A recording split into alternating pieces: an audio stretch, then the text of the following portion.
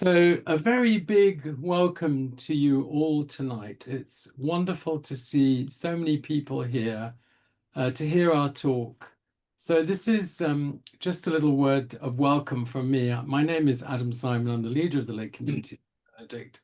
And as a community, we celebrate St Benedict Week, and we've been promoting a special week to celebrate the heritage of St Benedict. And this year we've been celebrating the 60th anniversary of the proclamation of St Benedict as patron of Europe. So many of our blogs, podcasts, talks are really reflecting on the heritage of St Benedict. And so the lay community, we are a lay-led, ecumenical, intergenerational and inclusive community of 230 members, mainly in the UK. And we pray together 4 times a day, and we meet up twice a year, as well as many local meetings during the year. So on behalf of us all, a very, very warm welcome to you. And I'm going to pass over now to Mike Woodward, who's going to introduce our speaker tonight, Baroness Sheila Hollins. So over to you, Mike. Thank you, Adam. And it's a great pleasure and honour to be asked to introduce Sheila this evening. We do go back a long way. She's been a great friend to my family, our family, and to my wife's family even before that, through, I think, Teens of Our Lady in Wimbledon, and mutual friends, the Hudsons. Anyway, so currently she's very involved with Catholic Action, very important interface between public life and Catholic belief and teaching, and the whole Beyond Words project of bringing books into the world that don't have words but have much to say. And I think that's been a great gift. And I was privileged to be at the first, I think it was the first book launch at Lambeth Palace quite a long time ago now. And another one was launched last week. So my first remember, well, I did have a sense of, from an early stage, I think, of Sheila being a model, in that the way she kind of swanned around what was then the lay community building, calmly persuading her young children that it was time to go to bed when they really wanted to romp around what was called the pit at the time, and her whole kind of way of putting together family life and professional life, and then, as things turned out, public life in a very prominent, complex and demanding way, I think has been truly impressive. And I think it comes back to her Benedictine roots and her commitment to that prayer, that it seems to be along the way very obvious to me as an observer that has been what has sustained her. So she has been a great example, I think, for us in the community, and a great strength. So thank you, Sheila, for that, and your wonderful family. And I look very much forward to hearing what you're going to share with us this evening. You're very, very welcome. Thank you very much, Mike. I don't think you were actually there at the launch of my first book. I'm going to refer to it during my talk. I shall explain. Anyway, I'm going to talk about St Benedict at 60. And Adam, you're going to share my slides for me, aren't you? We could have the next slide. It was 1964, 60 years ago, that Pope St Paul VI reconsecrated Monte Cassino and declared St Benedict the principal patron of Europe. That year was also the year that I left school, and the year that I flew to Lagos, my first ever flight. But the next day, my second on a tiny little plane, was to Port Harcourt, followed by a 3-hour drive into the rainforest along roads that looked like this. And you can see me in the middle of my year 3 students, my class 3 students. I was head of science. I was there to teach in a Catholic girls' school as a VSO in the part of Nigeria that a year later became Biafra. and I was entirely focused on African affairs. The Holy Father's proclamation about Benedict, St Benedict, completely passed me by. I'd grown up amidst the rubble of post-war Europe. There were stirrings of continental unity happening against the backdrop of the Cold War, the Iron Curtain, and fears of another war. And my father, he was, in fact, on the next slide, was involved with civil defence in South Yorkshire. And this is where we had moved as a family, because my father was a D-Day veteran and he couldn't continue his original career as a solicitor in London. So he went into local authority work. And moved his young family to South Yorkshire. And I can remember this. It had a profound impact. We knew where we had to go in the event that there was a bomb. We knew exactly. We had potatoes and lentils, and this was part of our life growing up. Okay. Now Europe's facing new disruptions, a new threat of war, care systems under strain, a mental health epidemic, the ethical unknowns of AI, and the dizzying swirl of social media and post-truth culture. And so Pope Paul's recognition of Benedict as a messenger of peace, creator of union, and a teacher of civilization, they seem somewhat prophetic today and very much needed. So back in 1964, I'm just going to refer to Ampleforth Abbey for a moment in my next slide. There were, I understand, 169 monks then, and there are around about 40 monks now. So we've got Ampleforth Abbey there. Worth became an abbey in 1965, with Victor Farwell, the first abbot, serving until 1988. Very exciting time. The monastic community was growing. It had lots of new initiatives. Today's a different picture, still new initiatives by a community of much loved, although mostly aging monks. There are actually 1,000 monasteries worldwide, but just 10 Benedictine communities, I think, in the UK, with around 200 monks and nuns in total. Quite a reduction from the 600 or more in the 60s. And forgive me if I've got my numbers wrong. So in the next slide, one of Worth's bolder initiatives was to set up the Worth Abbey lay community. And that was in 1971. Perhaps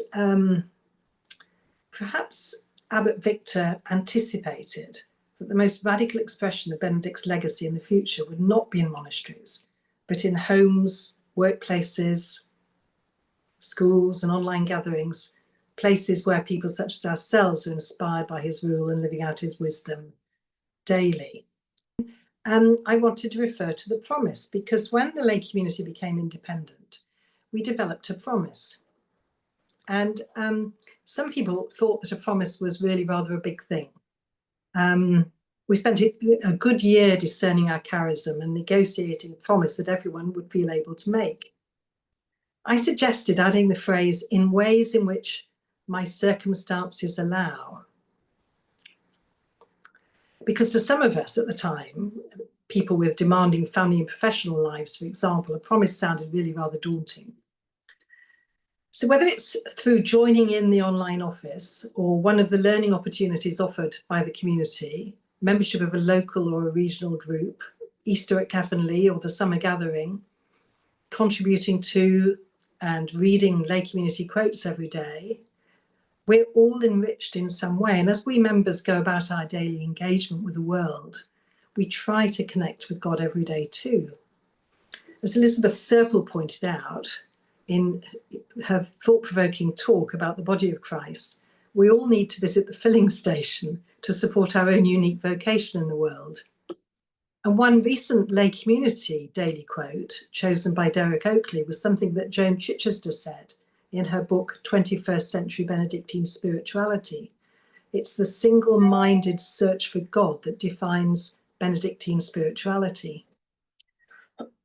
Adam challenged me to explore frontiers of relevance in Benedict's Europe, which I'll introduce in the next slide. And a frontier represents uncharted territory. It could be a remote piece of land or a new field of study.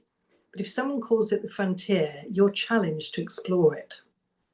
So I'm going to suggest 5 frontiers, 5 challenges facing lay Benedictines who are living Benedict's rule today. I'm going to take them one at a time. So let's turn to the first frontier, social care with compassion. And of course, it has to be rooted in community. Well, compassion to me links to the previous Jubilee in 2016, the Year of Mercy. I remember it well because I was invited to do a lecture tour on the subject of mercy and compassion in Australia.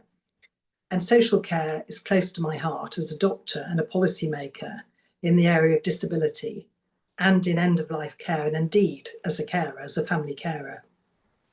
Benedict's ethos urges us to see care not as a service delivered, but a relationship lived, an idea somewhat echoed in progressive models of social care.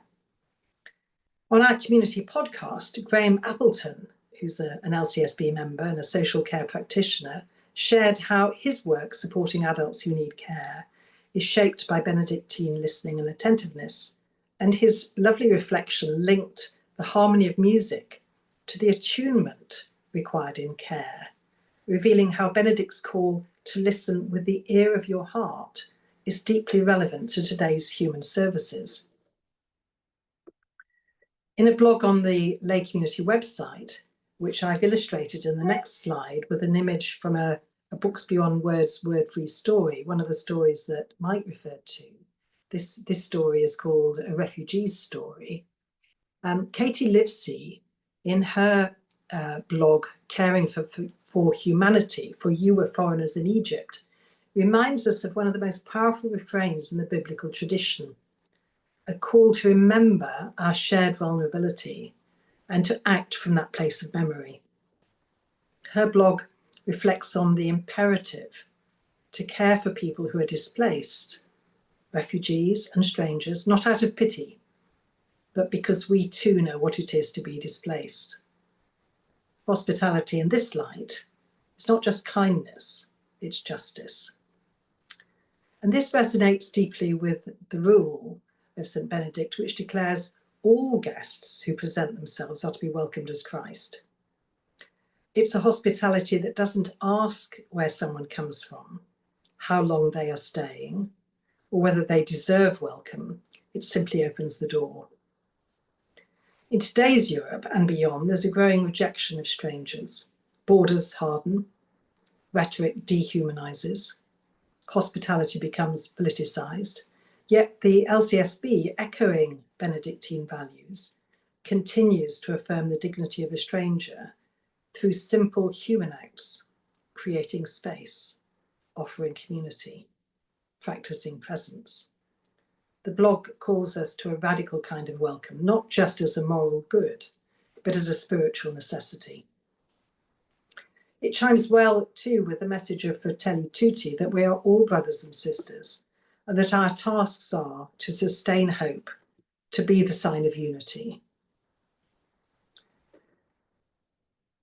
to build bridges, to break down walls, to sow seeds of reconciliation. We will achieve peace if we see the humanity in others and everyone feels that they belong. This is not abstract idealism.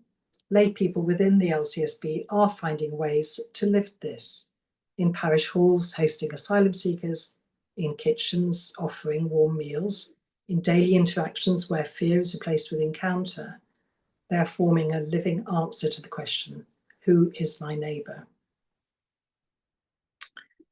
And as Ed Davey, leader of the Liberal Democrats, says in his new book, Why I Care, the missing ingredient for a fresh approach to care that we so desperately need is community. I love the bit in the rule that says that the abbot or abbess should not love one more than another. One who is freeborn should not, for that reason, be advanced before one coming to monastic life from a condition of slavery, unless there is some other good reason for it. So my next slide, the theme of compassion, is also at the heart of current debates about end-of-life care. This actually was my very first book when Dad died, and was a response to a patient of mine when I was working as a psychiatrist in a long stay hospital, who had no words himself, but whose father had died and nobody knew how to tell him. It's no coincidence that Benedict places the care of people who are sick above all else, instructing that they be served as if they were Christ himself. When someone is sick or dying, their vulnerability invites us into a sacred space of compassion. It strips away pretense. We see for a moment what truly matters: gentleness, dignity, and presence. I was so blessed to be able to share these gifts with my husband Martin when he died earlier this year. In chapter 4, Benedict says, "Day by day, remind yourself that you're going to die." In his quiet wisdom, he does not speak of death to frighten us, but to free us. Death for him is not a tragic end, but a truth that brings life into focus.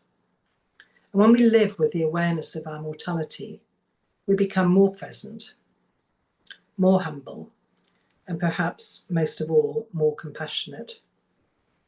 And to remember that we will die is to remember that everyone dies. No matter our wealth, our health, our status, we are all travelling the same road. In that shared journey, there is a deep and tender equality, a common humanity that Benedict's monastic way both honours and protects. To live in the light of death is not to be morbid, it's to be awake, it's to love more fiercely, forgive more freely, and accompany each other with greater kindness. And Benedict is calling us to walk together in that spirit of compassion, recognising our shared fragility and honouring the divine in one another, especially in times of suffering and loss. So the second frontier, the second challenge, concerns the as yet unknown impact of artificial intelligence on the integrity of work. The rule's respect for manual labour and the spiritual dignity of work raises vital questions about AI. Will it serve human flourishing? Will it enhance or erode the integrity of our shared life?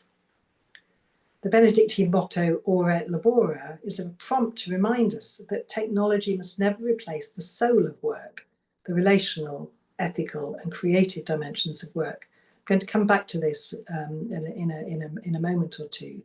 But in the next slide, I'm going to focus on the importance of purpose. We all need a reason to get out of bed in the morning, and we need colleagues to engage with and to create with. Benedict said that idleness is the enemy of the soul, but he also recognises that some are sick or too frail for demanding work, and they should be given the sort of work or craft which will save them from idleness, but not burden them with work which is far beyond their strength. The superior should always show understanding concern for their limitations. Sad thing is that support for disabled people to work within their capabilities is lacking in our current social care system. And we've seen this recently in the arguments in the House of Commons about benefits for disabled people. So the next frontier looks at our post-truth society and challenges us to recover wisdom. In today's flood of misinformation, the monastic tradition's reverence for Lectio Divina, slow, prayerful reading, offers a cultural antidote. In the lay community's study and formation programme, members engage in scripture and spiritual classics, not to debate, but to be transformed through humble reflection and a growing understanding of the Word of God. Blog posts like Charisms in a Time of Crisis by Peter Firkin, a member, explore how Benedict's guidance can offer clarity in chaos. Peter said, "It's easy to think of St Benedict as someone in control of life, but his wisdom arose in times of instability, just like ours. In a digital age of reaction, Benedict calls us back to contemplation and to discernment and to listening." So my next slide, I'm going to quote Pope Francis, and it's a quote that I use often, because on World Communication Day in 2016, Pope Francis said, "Listening means paying attention wanting to understand, to value, to respect, and to ponder what the other person says.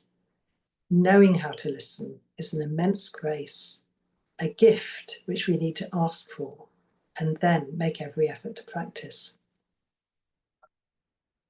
And for me as a lay Benedictine, there's an additional imperative to listen because this is the first word, after all, of the rule of St Benedict. Current Western discourse overemphasises choice and autonomy and overlooks our interdependence. If we recognised our own relational nature, we could perhaps turn away from the individualistic and selfish culture that threatens society as we know it today. Listening is at the heart of the synodal process. And if we fully engage with it, we will become good listeners. So in my next slide, I've illustrated this with a picture from one of my books.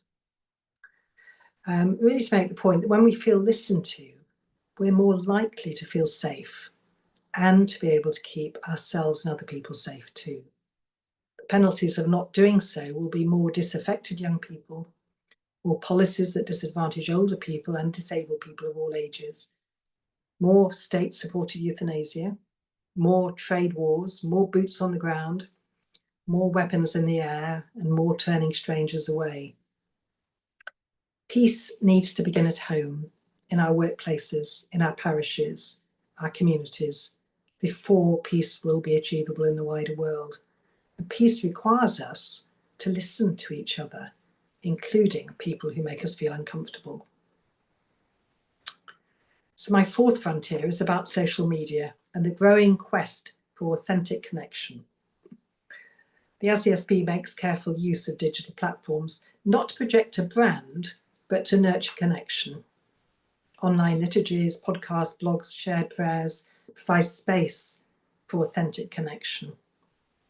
Posts like The Heritage of the Holy Rule by Sister Johanna Caton, a nun from Minster Abbey, and Ora et Labora, A Beautiful Balance by Alan Anderton, a founder member from the 1970s, both reflect how community, when rooted in shared purpose and humility, can thrive even in virtual spaces. Alan said, "For 30 years of my life, I was given the immense gift by the monks of Worth Abbey to take part in their daily routine of prayer and work." This is not nostalgia. It's a blueprint. A blueprint for a more grounded digital life. So my final frontier is mental health. Rhythm and belonging in a disordered age. You would expect me to mention this given my professional background as a psychiatrist. How does the rule help? Well, the rule structures each day with balance: prayer, manual work, study, rest. And the LCSB echoes this rhythm through daily online prayer, giving our widely dispersed members a shared anchor in time and spirit. Blog reflections such as Hope Amidst the Busyness of Life by Sue Greener, a seeker and lay Anglican minister, speak of the exhaustion many feel in a world of constant demands, and how Benedictine practice offers a way to breathe again, to find stillness and hope. Sue wrote, "I found myself saying, 'My life is full of church.' Even as I said it, I realised how superficial it sounded. Yet something deeper was stirring. Being part of the lay community," she said, "deepens and enhances everything I do." This rhythm helps not just individuals, but also communities to resist the burnout that afflicts both the secular and religious world alike. I've previously written for the community about the things identified in large-scale research that we all need to do every day for our mental and spiritual well-being. And I'm going to share these in the next slide.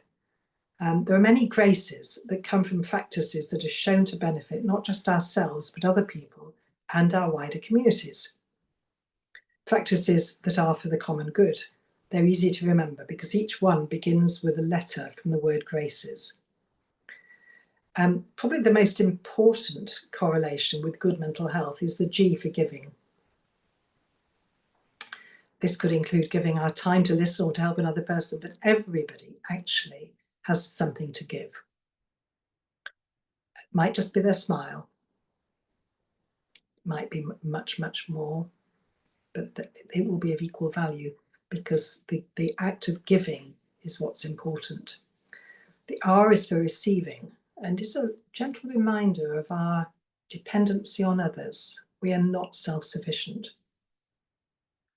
A is for actively taking care of our health and well-being, eating well, taking exercise, and so on. C is for creativity, that reason to get out of bed in the morning, whether it's for meaningful work, to learn something new, or to engage in another creative activity or occupation. E is for engaging, being in relationship with one or more other people who know us well, not through social media, but through real encounter face to face. I was talking to, at the Flame conference a few years ago, to young people about this. And they were all on their mobile phones. And I said, you can't hug your phone or your computer. You need somebody, and you need a hug a day. It doesn't have to be a physical hug, but it's somebody who knows you well enough to know when you need a hug. S is for silence. This could be mindfulness, meditation, time in nature, space to stop, reflect and breathe. What works for you? I'm going to end by sharing a photo of Abbot Victor Farwell and reflecting on his witness. And Father Stephen Ortiga gave a wonderful tribute to Abbot Victor as part of the LCSB's 50th anniversary celebrations. He painted a portrait of Abbot Victor's Benedictine leadership that speaks profoundly to our fractured times.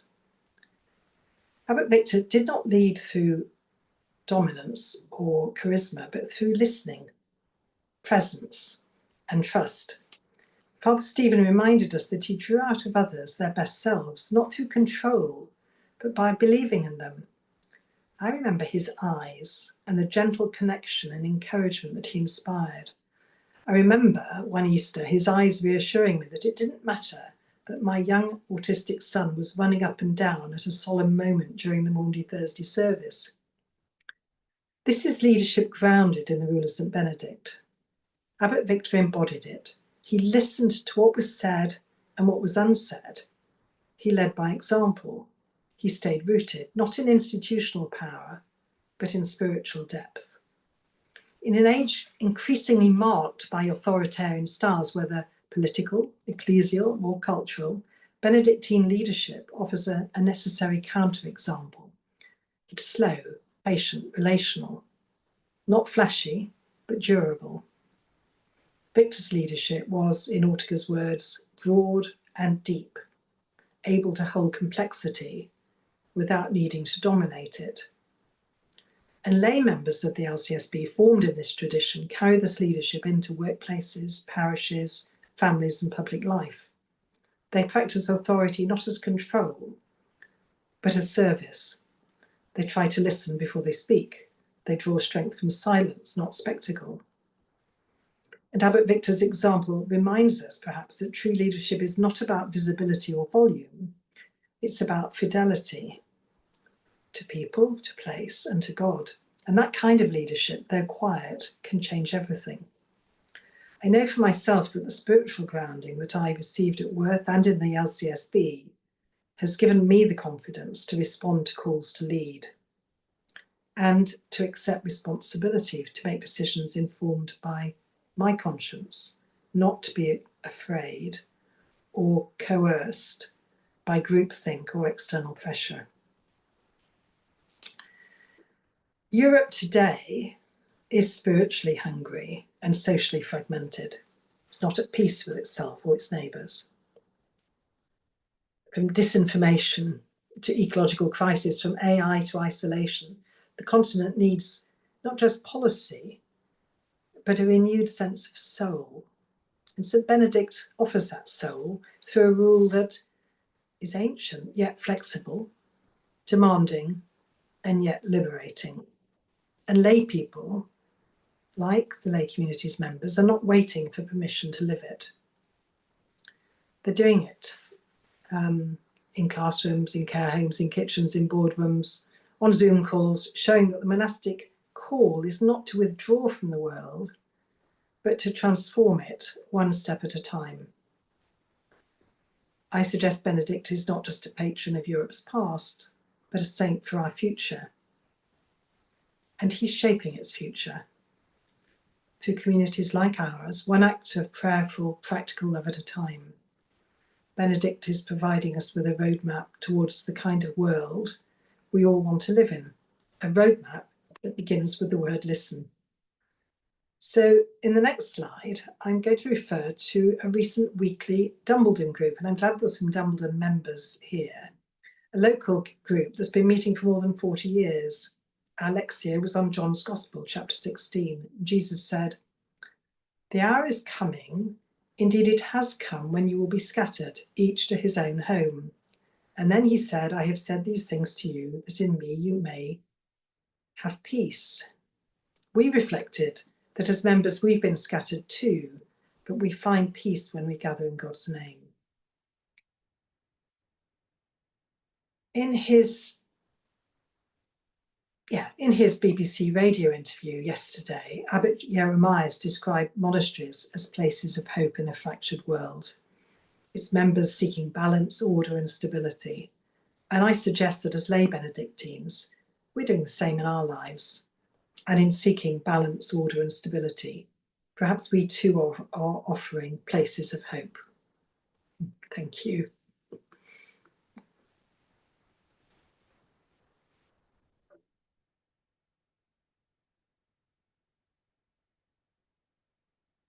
I can see some gentle clapping going on there. And, well, there's quite a lot actually going on at the moment. So if we were in a live audience, I think that's what we would all be wanting to do, Sheila, which is to say thank you to you for that really wonderful presentation on what it is to be a lay Benedictine. 60 years, remembering the 60 years since St Benedict was made patron of Europe, and looking at those frontiers of challenge. So thank you so much for that. It's now it's up to people if you would like to ask a question to Sheila. We have some time for questions. Any of you who were there on Friday will know what the form is, which is you go down into the React button at the bottom of the screen and you raise your hand, and then you will get visible to me, and I'll just bring in people who would like to ask questions. So please do come forward if you would like to ask Sheila a question.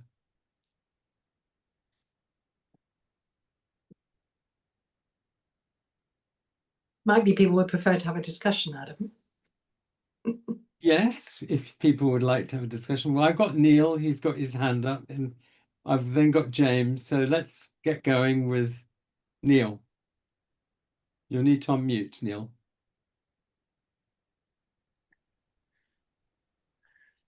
It's not a question, it's an observation. It's a line, Sheila, that you mentioned. How do we live a digital life? And while I thought about that just now, is that none of us asked for a digital life. It's been thrust upon us. And maybe one of the challenges we face is to, in a Benedictine way, live a digital life. To some extent we are, because this is happening today. Now, we've embraced Zoom. We can create a digital koinonia, if you like. But still, you know, how do we all live a digital life, which we didn't ask for? I know. It can be. There you go. I know. Well, I suppose it has brought huge opportunity as well as presenting barriers. I would much rather be in a room with you all But the reality of being able to do that is that we couldn't all be in a room together, because we, you know, to gather this particular group of people together, it wouldn't work, would it? It would be really, really difficult. So that's one of the huge things that's happened. And the lay community has grown and developed and strengthened and developed a life which is a much more confident life through the opportunities that Zoom has brought, for example. It's extraordinary how it has changed and enabled us. But that ability to sit in the same room with people and be able to listen gently, easily to each other, that's something we have to seek out now, because this is quite easy and yet also quite difficult. You know, we don't know how each of us, what kind of days we've had. We haven't had, you know, everybody was welcomed at the beginning, but we don't know actually how each person is really. In the regular meetings of the lay community, everybody tries really hard to be supportive to each person's lived experience, but it's not quite the same as sitting in the same room, is it? We're learning to do things differently. So opportunity, but challenge. Other people may have reflections. Anyone else want to comment on that before I go to James? I think Sheila would be very happy if people felt happy just to chip in and say something. I mean, for us, the regular prayer has been transformational because it's the heart of the Benedictine life, that nothing is more important than the work of God.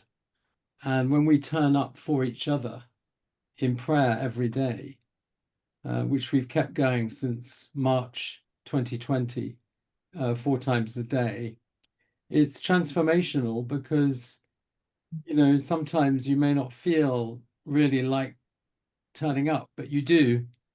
And then you find that you leave your 20 minutes of prayer feeling quite different. And who knows what impact you've had on somebody else by just turning up. But I think that it has been transformational for us. Let's go to James. Right. I suppose mine starts with an observation and then turns into a question. My observation is that one of the slightly unexpected things about joining, or at least joining as a seeker, the lay community, is how it's made me feel young again. Because I look at the 60 odd people who are gathered here for this conversation, and I'm not one of the oldest ones. I'm probably sort of slightly younger than middle, I would think. But I felt that Sheila's message, Sheila, that your message was, it would have been so much better if there were so many more younger people to hear it. And I suppose my question to you is how we manage to get young people to have the time and the inclination, both the bishop and the prostitute, if you remember, to come and listen to this sort of talk and then do something about it. Well, I was reading something today about from the Archdiocese of Southwark about the huge numbers of young people. There's been a survey, and I wanted to go and find out. It's a YouGov survey. Bible Society, Sheila. Yeah, extraordinary to say that 75% of young people today, was it the under 30s? You might know, yeah. Have you got it there, Adam? So they've noted a huge increase in the number of young people going to church, and particularly young men between 18 and 25. So they've said that the last time they surveyed them, it was around about 4%, and now it's gone up to 22%. But there was something in it that said 75% of people in that age group, not Catholic, but were seeking God or seeking something, and were describing themselves as people of faith or people who believed in God. 75% of young people, I think it was under 30s, and I thought that was wonderful. I think one of the difficulties is that we are at a time of quite extraordinary demographic change as well. And so I know as a community, we've sometimes talked about the importance of focusing on young people, and this community does. This particular format, this particular approach doesn't appeal so much to the younger ones, okay? But there are other things that are happening for young people. But I actually feel we mustn't forget the old people, because there are a lot of us.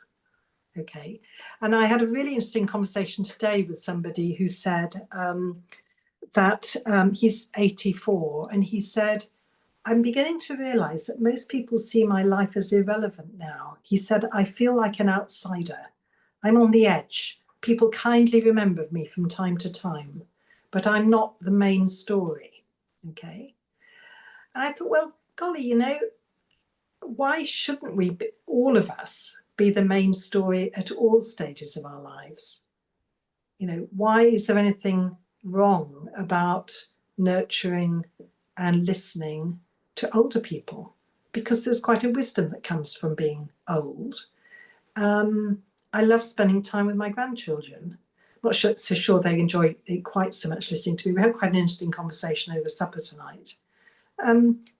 But you know, there's something really quite important, and we have to make sure that nobody gets left out. Nobody feels an outsider. So I think it's wonderful that the under 30s are looking for something now. That gives me great hope. Thank you, Sheila. Now we've got Sean, who's got his hand up. Sean. Hi, Sean. You'll need to mute, Sean.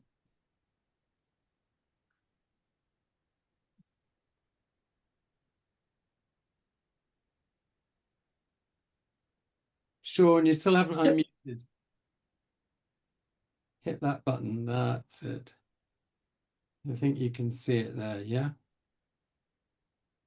In the old days, we could have undone it for, we could have unmuted for you, Sean, but unfortunately, Zoom changed that.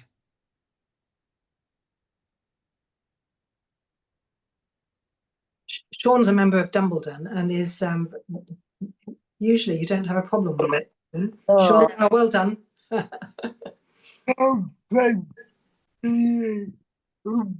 While talking about people who sleep on their own, so have no contact with people. I was wondering where the contact from. I can't go out to I can't go out to people with their candle. Where do I get my contact from? Yeah. You're absolutely right, Sean. And when so Dumbledon, which has been meeting for over 40 years, we used to meet in each other's houses, and somebody would collect you, Sean, and we'd meet somebody's house and we'd have a meal, and you know, it was lovely, wasn't it? And then during COVID, we started meeting kind of several times a week online, right? Which was better than not meeting at all. But it's not the same. And you sometimes have some very exciting opportunities, like going to Rome. You're one of the few people present who's probably already met Pope Leo. Is that right? No, where I go to. Oh no, you went to Rome, and you went just after Pope Francis had died. You haven't met Leo. Where I go to Rome in October. Oh, yeah. Him. So Sean regularly goes and talks at kind of conferences in Rome and always gets to meet the Pope, and you know, he does all that kind of stuff. But the times in between are lonely times, aren't they? Yeah. And that's difficult. And I don't think you're going to be alone, you know, among the people here. Living alone, you know, since your mum died, it's tough. And so the Zooms are better than nothing, but it's not the same, is it? No. Yeah, I know that, but I think we can meet online, but I don't have no really contact with people. I not have from anyone. Yeah. Yeah. Really, Yeah. I don't want my fault. I don't want to. I know people are scared, but we want. I want to know. We won't go back to how we be. We had to leave like this. I want to know, going forward, how do I cope with that? Yeah. I mean, I suspect that part of that is about, the not how do we cope in the future, is that, Zoom connects us, but actually we probably need to find ways to live more in community. And, if family community can't provide that, are there other kinds of community? And I suppose that goes back to the kind of communities that that monks live in, So, it's a really interesting challenge, isn't it? How do we create communities of support? I've had a recent insight about this, people thinking about older people. And I know that the government, when it talks about adult social care, everybody thinks they're talking about old people, right? People like me, okay? But actually, there is a greater number and cost concerned in adult social care for disabled adults of working age, okay? The thing is that by the time you're 25, if you aren't going to get paid employment, by the age of 25, you are basically pensioned off as a disabled person. You're treated as a retired person at the age of 25, with very little opportunity these days. Okay, that's the life of a disabled adult of working age. If you take people with learning disabilities, only 6% of people are actually in employment. You think about that, and it's quite a stark revelation, really. Anyway, there are other hands up. Right, let's move on. Thank you very much, Sheila. Let's hear Richard. Thank you, Sean, for that. Thank you. Richard. Sheila, I was wondering if you had any insights from your work in public life about creating a listening culture in which listening in the political world is valued, because at the moment it seems that leadership is associated with not listening, or even worse still, of suppressing the opposite view. I'm sure we can all think of examples of that. But one is left wondering how, in a world where the media actually supports this model of oppressive leadership, how one develops a different culture. I'm wondering if you had any insights into that. Oh, well, I mean, I decided not to go down the path of having a go at the Daily Mail or the Sun, or I mean, the difficulty is that politicians find it very difficult to ignore the media, and so the pressures. I call it groupthink, but the pressures. People really see as fact what they read in the papers or what they hear online, or of course these days what they've seen on social media. The little bubbles that exist are incredibly powerful, and things are parroted and repeated which have no truth in them, no evidence. And this is really, really tricky. With the last government, I mean, I really felt that we were in need of a change of direction. I don't actually think we've got a change of direction. I have to say that I was able to do more with the last governments in the House of Lords than I can with the current government. And I'll explain why. It's because the current government is not listening. It's got a large majority. It doesn't have to. And so they are not listening. I cannot influence. I cannot use my position at the moment to influence the government. And that's very difficult. They are not listening. They don't have to. They have a large majority. So the debate, the discourse, the engagement is not happening. Can I ask a question, Sheila? Just building on that response to what Richard said. We've just had the vote on the 20th of June, which is voted for the assisted dying bill. And this is now sitting in the House of Lords.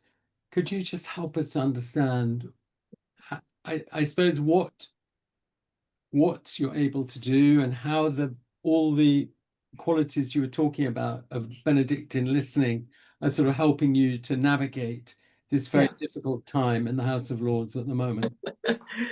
Well, there are things I can say and things I can't say, all right? So I will say some things.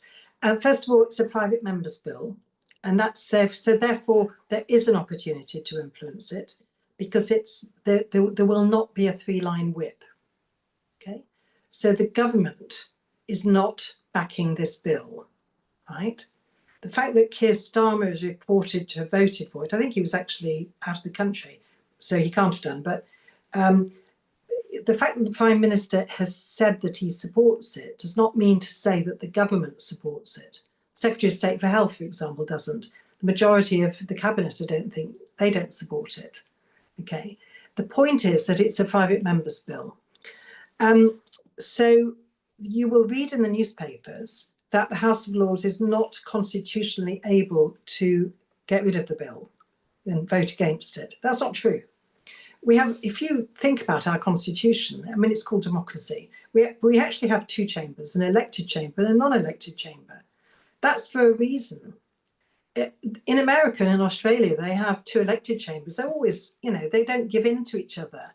They often have periods when they can't make laws and they can't move forward because there are 2 elected chambers. In our system, our job in the House of Lords is to scrutinise the legislation line by line. We put much more time into it. The people who scrutinise it are not chosen by some committee. In the House of Commons, people who wanted to speak couldn't speak. There are MPs who stood up with very good speeches, who stood up 10 times and didn't get called to speak. In the House of Lords, everybody who wants to speak will be able to speak. The difficulty is there may not be enough time. And the other difficulty is that there may be people who are there with particular motives. So one motive might be, I'm going to keep speaking because you're only supposed to speak once in a debate, okay? But some people will have the motive of trying to talk it out. And there are dangers in doing that. And there are all sorts of constitutional and complicated reasons why it's dangerous to try to talk it out so that it runs out of time. Because in the next Parliament, they could bring back exactly the same act without having to go through the same bill, without having to go through the same process. So there are dangers in doing that. So we could just say no, or we could amend it. And the Cardinals had a meeting with a few Catholic parliamentarians last week, and I asked him the question, how do you feel about Catholic parliamentarians trying to make this into a better bill so that it's a less bad bill? And he said, we are hoping that that's what you will do. Because I know that if I put forward amendments to try to work on this bill and make it a better bill, some Catholics will write to me and accuse me of supporting something really wicked, okay? The Cardinal says, no, your job is to try to minimise the damage. Yes, great if you can get rid of it, but it's also to try to minimise it. For example, trying to save the hospices, right? Okay, so that's what we're going to be doing. So it comes to us actually on the 12th of September, we will have the second reading. It will only be debated on a Friday. Fridays are days when people don't usually sit, okay? It will not be every Friday, but it might be twice a month. And this session of Parliament will go on until next April or next May. So it looks like the next year of my life is going to be spent working on this bill. So I'm working on amendments, I'm working on drafting speeches to people, because unlike a lot of the people in the House of Lords, I actually know something about this stuff. You know, I know about death and dying. You know, it's been my professional work. It's also been a lot of my personal experience. I understand about the disability issues in it, you know.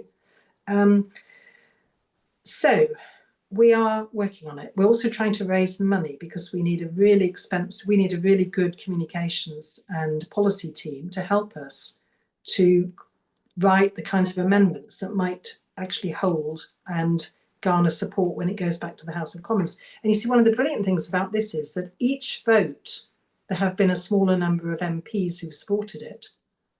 So it's, there you go. That's a very brief summary. Thank you very much. Thank you, Sheila. It's not a question. It's a comment. About you said in the I think it was your fourth front. You know, the mental health, about the rhythm. And just to say that I've had 3 people on retreat here recently with sons or relatives in either Larsh or Camp Hill communities. And they come back home for weekends, and they say, and we have to get into a similar routine because that's what they live in these communities. And what these people are coming to Umpforth on retreat find is that same rhythm of prayer and meals. And so the point you were making about the relevance of Rule of Benedict to working with mental health, I just think needs reinforcing. That was all. Oh, thank you so much. Well, my son lived in the Larsh community for a number of years. Unfortunately, he had to leave after a very difficult experience. He's a man with a learning disability and he's autistic, but he was seriously physically assaulted in the local community, and it became very difficult for him to continue to live there. But every day, and Emily, I saw you smiling, when Nigel says prayer before meals, he reflects on the things that are important in our community, in our family, in our lives, and we then know what's on his mind, which is beautiful. So, Martin. Thank you. Martin. Yes, I think I'm unmuted. Can you hear me? Yes. Martin, perfectly. Just a suggestion, really. I was at Worth 60 years or so ago, and every Tuesday afternoon we used to do voluntary service. We'd be taken out in pairs to go to someone's house, usually a much older person. And Alistair Wallace and I, we used to spend an hour painting someone's house and 15 minutes having a chat. And by the end of the year, we were doing 15 minutes painting and an hour of tea and biscuits, which was wonderful. And where I live now in Hildenborough, a lot of the schools, including Tonbridge, private school, they send boys out to go and spend time, I think it's on Wednesday afternoons usually, to go and be with people at lunch clubs who are on their own. And the people at the lunch club love them. And it just strikes me that, well, it struck me for about the last 5 or 6 years, that parishes could organise something like that, where they find out old, isolated people and try and get volunteers to go and visit these people. And the more you talk to them, the more they will reveal and the more they'll feel better about themselves. And I just, perhaps if one could do that, because certainly as a 15-year-old boy, it certainly planted some kind of seed in me. And I wondered if that might be a suggestion for other places. I certainly know of parishes where that's happening, and schools. Good. Thank you. Great. Well, I think this brings us now to the end. So, Sheila, I would like to say thank you on behalf of us all. I read recently a really nice quote which said, spending an hour with a wise person is as good as spending 10 years doing studies.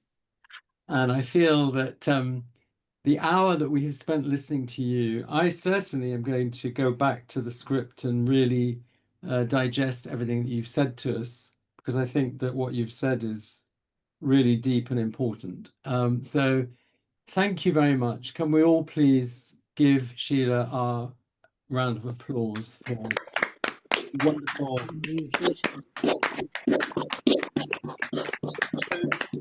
Thank you. Also for the very gracious way in which you answered all the questions and demonstrated your ability to listen. It is the Catholic Union, not Catholic Action, which is what Sheila's president of. And I went to one event recently where Sheila was talking and she was heckled. And Sheila managed it so beautifully. She listened. And then she just said something that just closed the man down, and that was the end of it. But she did listen and she tried to understand what the person was saying. So Sheila, I think that we can honestly say that you do live out your vocation. I'm just going to end off with a few adverts. So if you would like to come to Worth Abbey on Saturday, there's still a place. It will be very crowded, but we're going to have a mass celebrating the 50th anniversary of the consecration of the church. And we're going to hear Abbot Jeremias, who is the Abbot Primate, in the afternoon. We invite everyone to go and find their local Benedictine community. And we've produced this map, which is on our website.